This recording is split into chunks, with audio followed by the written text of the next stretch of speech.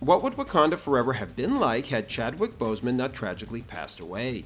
You may be surprised to learn that the script for the Black Panther sequel was actually finished and delivered to Boseman only a few weeks before he died. And not only would it have been a very different movie, but it also would have featured T'Challa teaming up with another Black Panther. So let's dive in and take a behind the scenes look at how Boseman's passing transformed the film, and also discover what could have been Black Panther 2. While nobody knew it at the time, Boseman's last performance as T'Challa was in the animated series What If, where he voiced an alternate version of the character, in an episode titled What If T'Challa Became a Star-Lord. In it, Boseman delivered a lighter and wittier performance, prompting Boseman to then gush to Marvel Studios president Kevin Feige about how much he loved this version of T'Challa. This prompted a conversation with Black Panther director Ryan Coogler about incorporating some of that voice into Boseman's dialogue for Black Panther 2. For his part, Coogler wanted to explore T'Challa's challenges as a new king, who's a very different character than the one in the comics. In the comics, T'Challa's father dies when he's young, making T'Challa a child king who has ruled for a long time, and by the time we meet him as an adult, he has confidence and poise. In contrast, the MCU's version of T'Challa loses his father as an adult, and has the throne abruptly thrust upon him.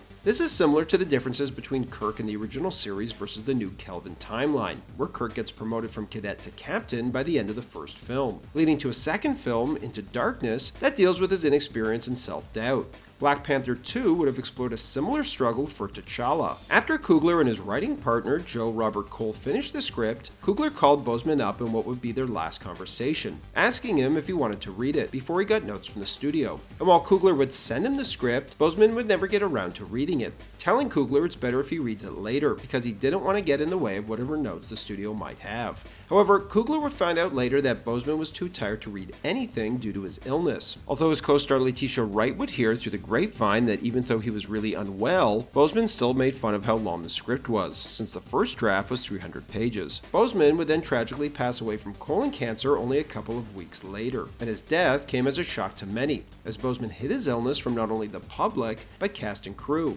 Even Denzel Washington, who produced Boseman's last film, said, "He suffered quietly. He made the movie and nobody knew. I didn't know. He never said a peep about it, but I wondered if something was wrong because he seemed weak and tired sometimes. However, it's nobody's business, so good for him keeping it to himself." At its core, the first Black Panther film was a father and son story told from the perspective of the son, as T'Challa not only inherits the Black Panther mantle from his father after he passes, but also grapples with understanding and reconciling with his father's legacy. Throughout the film, he contends with the expectations placed upon him, the values his father upheld, and the secrets T'Chaka kept, such as abandoning his nephew, Killmonger, in America. This revelation forces T'Challa to reassess his father's actions, and the direction in which Wakanda should head, ultimately seeking to rectify his father's mistakes. For the second film, Coogler wanted to again tell a father and son story, but this time from the perspective of the father, following the fallout from the blip. As one of the billions who suddenly vanished and were brought back by the Avengers 5 years later, T'Challa would have returned to find out that life moved on without him, as Nakia not only would be remarried to a Haitian man, but she would have given birth to T'Challa's son, Toussaint, while he was away.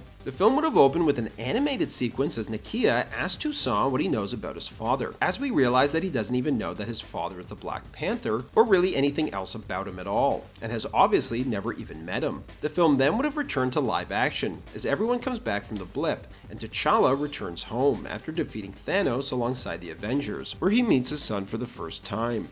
And while the tone of the final film focused on grieving the loss of T'Challa, the tone of the original film would have actually been quite similar, as it would have been a story about T'Challa grieving the loss of time. As a man with so much responsibility to so many, coming back after a forced 5-year absence, T'Challa would have struggled to resume life after the blip and make up for lost time with his son, as the film would have jumped ahead 3 years to T'Challa and Nakia co-parenting Toussaint, who would now be 8 years old, as T'Challa focuses on building a bond with his son rather than trying to rekindle his romance with Nakia, who has moved on. This also would have potentially opened the door in the future for a romance between T'Challa and X-Men Storm, who get married in the comics, which makes Storm the Queen of Wakanda. Coogler's codename for Black Panther 2 was Summer Break, and that's because the film would have taken place over the summer, which T'Challa uses as an opportunity to spend more time with his son. For Toussaint's 8th birthday, T'Challa takes him out into the bush to live off the land, planned in a Wakandan ritual. But when T'Challa has to abruptly leave to go save the world, he takes his son with him, who joins him on the adventure. And it's on this adventure where Toussaint gets to know and bond with his father, as the two make up for lost time, while Toussaint also gets to learn about his birthright and destiny as the successor to the Black Panther. In the finished film, while Toussaint is revealed in a mid-credits scene when Shuri visits Haiti, originally he would have been introduced much earlier in the film, when Queen Ramonda visits Nakia, who would have introduced the queen to her grandson.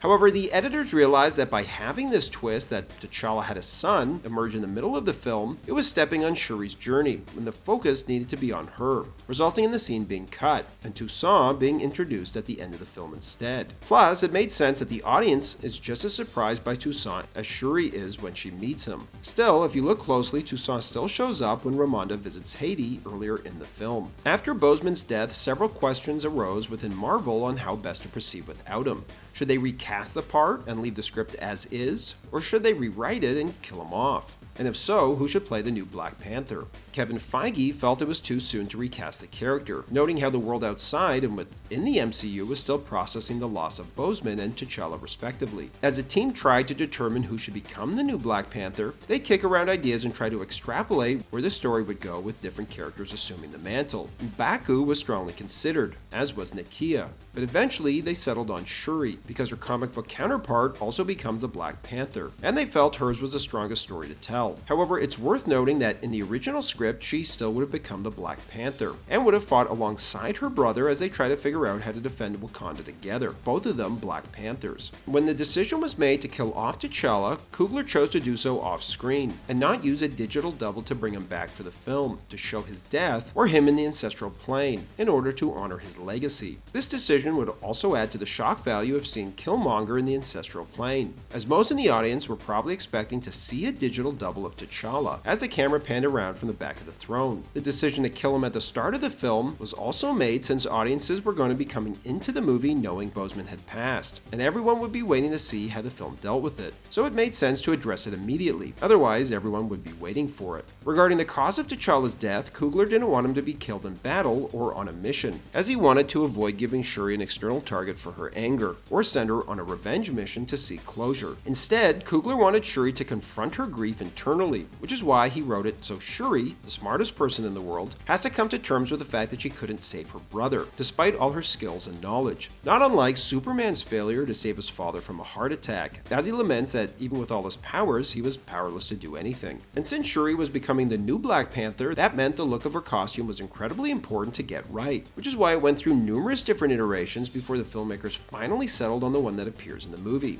There was a moody take on the character, which focused on athleticism and danger. There was a minimalist design with gold rings around her neck, and also a variation of this with a purple collar.